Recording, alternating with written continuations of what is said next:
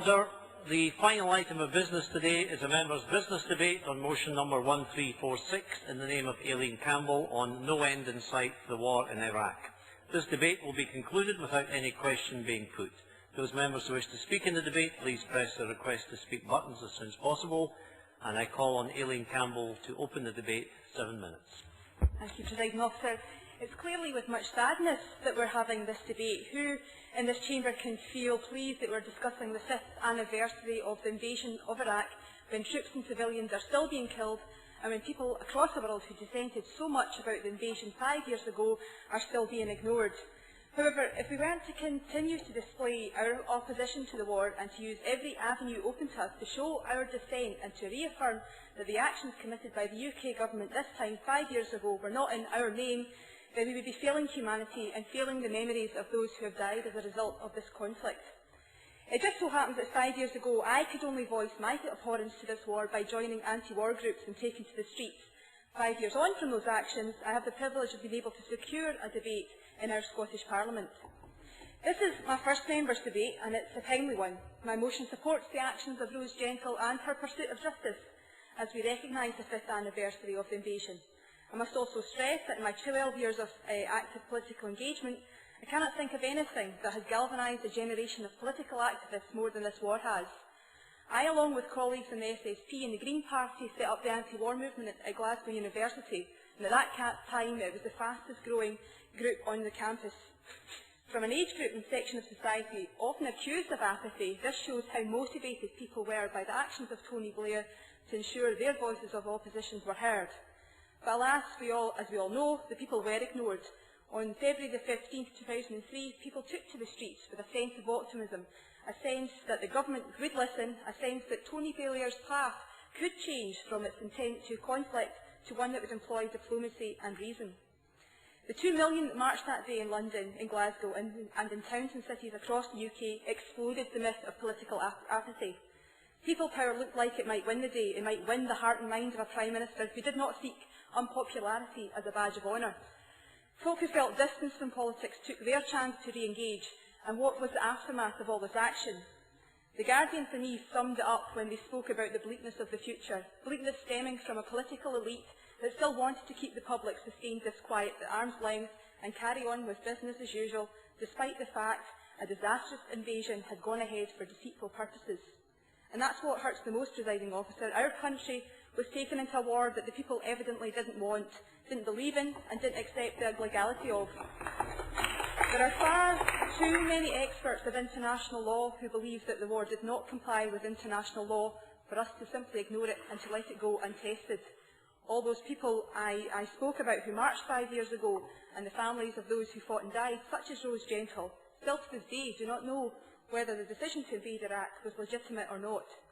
But, Presiding Officer, when you read quotes from the likes of the then UN Secretary-General Kofi Annan, who said of the war, I have indicated it was not only in conformity with the UN Charter from our point of view, from the Charter point of view, it was illegal.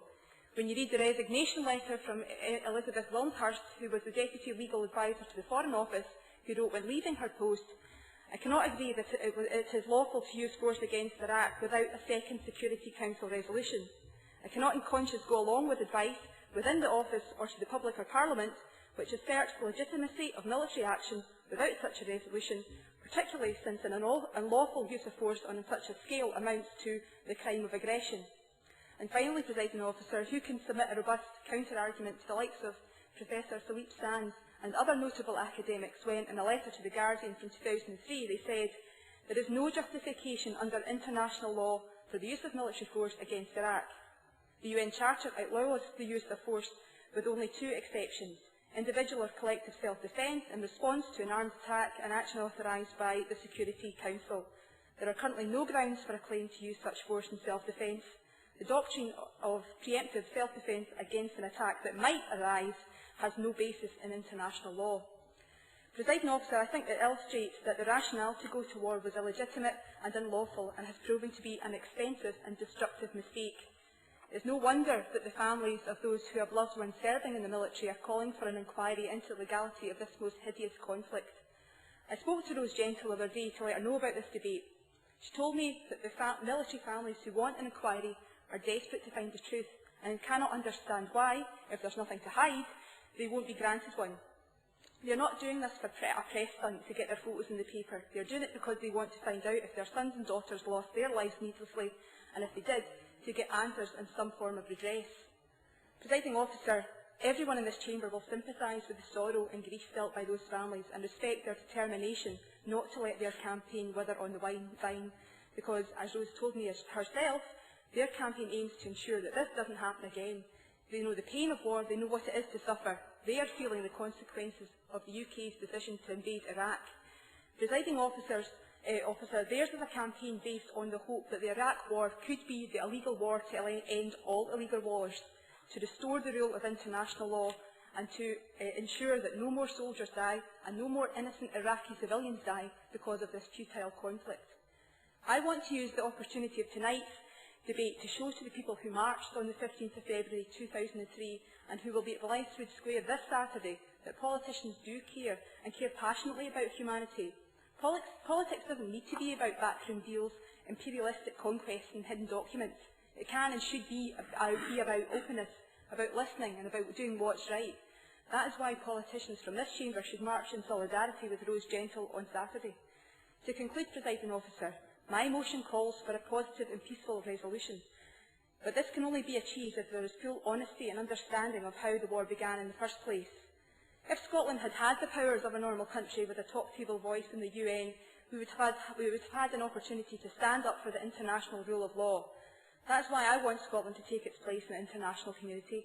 I joined this party not to change flags, but to change society too, and to help play a role in making Scotland a centre for fostering peace and reconciliation across the world. Another Scotland is possible, another world is possible, and we must find the gumption to do our bit to ensure we are never dragged into a murderous conflict ever again. Thank you.